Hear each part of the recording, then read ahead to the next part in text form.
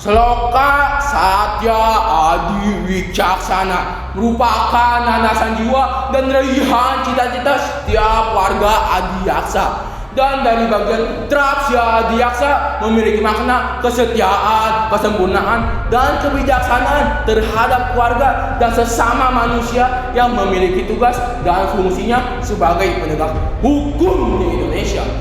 Assalamualaikum warahmatullahi wabarakatuh. Yang terhormat kepada para pimpinan Kejaksaan Negeri Lebak, yang terhormat kepada panitia penyelenggara Hari Ulang Tahun Adiaksa 2022 dan para hadirin yang tentu saja saya muliakan.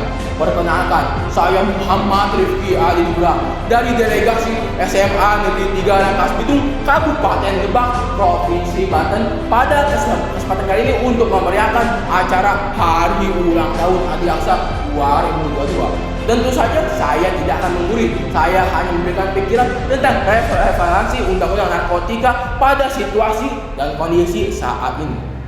Hadirin yang terhormat, permasalahan narkotika Indonesia dapat dimasukkan dalam kategori fase darurat.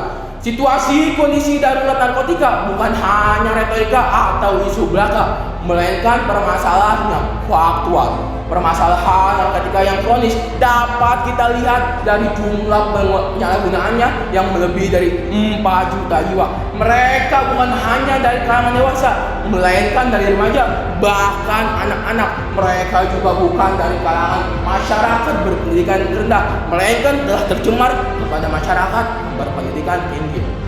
Sayangnya, pemerintah belum menjadikan narkotika ini sebagai peringatan darurat. Hal ini dapat kita lihat belum seriusnya revisi yang dilakukan terhadap Undang-Undang Nomor 35 Tahun 2019 yang masih memberikan rasa aman terhadap para pecandu narkotika.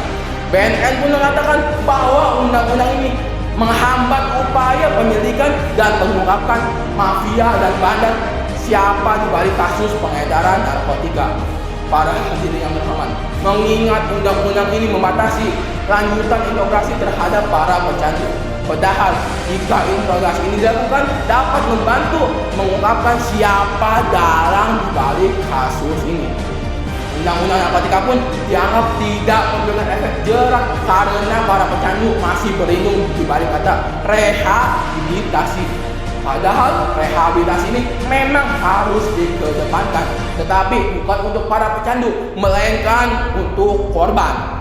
Artinya, undang-undang ini tidak bisa membedakan mana orang-orang yang dipaksa, dijebak, atau dikelabui untuk mengkonsumsi narkotika dengan orang-orang yang secara sadar dan sengaja mengkonsumsi barang haram tersebut.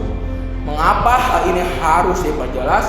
Karena berdasarkan pengalaman BNN bahwa pelaku adalah pecandu narkotika yang mengungkapkan banyaknya alasan dan alibi. Misalnya, mereka mengaku bahwa obat-obatan terlarang itu dimasukkan ke dalam organ tubuhnya oleh oknum.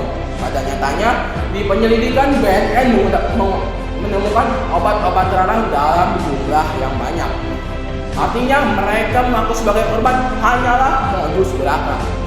Terakhir, para hadirin yang terhormat, saya setuju dengan adanya program rehabilitasi terhadap pecandu narkotika. Tetapi rehabilitasi ini tidak bisa dikasih secara cuma-cuma. Artinya status orang korban atau yang tidak bermaksud menggunakan narkotika berhak menggunakan rehabilitasi. Tetapi bagi yang statusnya para pecandu harus mendapatkan tindakan pidana disertai dengan rehabilitasi medis dan sosial sebagai bentuk implementasi pasal 54 tentang narkotika. Dalam hal ini, negara harus memiliki basis regulasi yang kuat dan memberikan tanggung jawab kepada lembaga yang menangani kasus narkotika. Oleh karena itu, pentingnya revisi yang dilakukan terhadap undang-undang narkotika yang berlaku pada saat ini. Bangkitlah dari masa kelam dalam penyalahgunaan narkotika. Akhir kata, selamat generasi Indonesia tanpa narkoba. Terima kasih. Wassalamualaikum warahmatullahi wabarakatuh.